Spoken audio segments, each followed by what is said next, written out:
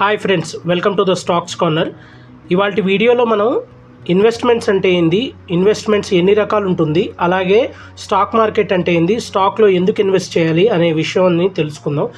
దీంట్లో నా ఎక్స్పీరియన్స్తో పాటు మీకు బేసిక్గా ఉండే ఇన్ఫర్మేషన్ కూడా చెప్తాను. సో ఇందులో నేను ఎటువంటి స్టాక్ రికమెండేషన్స్ కానీ, అట్లాగే ఇందులో ఇన్వెస్ట్ చేయండి అని కానీ, పలానా సెక్టర్లో ఇన్వెస్ట్ చేయండి కానీ ఎటువంటి ఇన్ఫర్మేషన్ ఇవ్వను. జస్ట్ బేసిక్ ఇన్ఫర్మేషన్, స్టాక్స్ అంటే ఏంటి, స్టాక్ మార్కెట్ వల్ల యూజ్ ఏంది, స్టాక్ మార్కెట్ వల్ల అడ్వాంటేజెస్ ఏంది, డిసడ్వాంటేజెస్ ఏంది అనేవి చెప్పడానికి మాత్రమే ప్రయత్నిస్తాను. సో ఇది ఒక ఇన్ఫర్మేటివ్ వీడియోగా మాత్రమే చూడండి. సో దీంట్లో ఎటువంటి స్పెక్యులేషన్స్ కానీ, ఎటువంటి ఫోర్సబుల్ థింగ్స్ కానీ ఉండవు.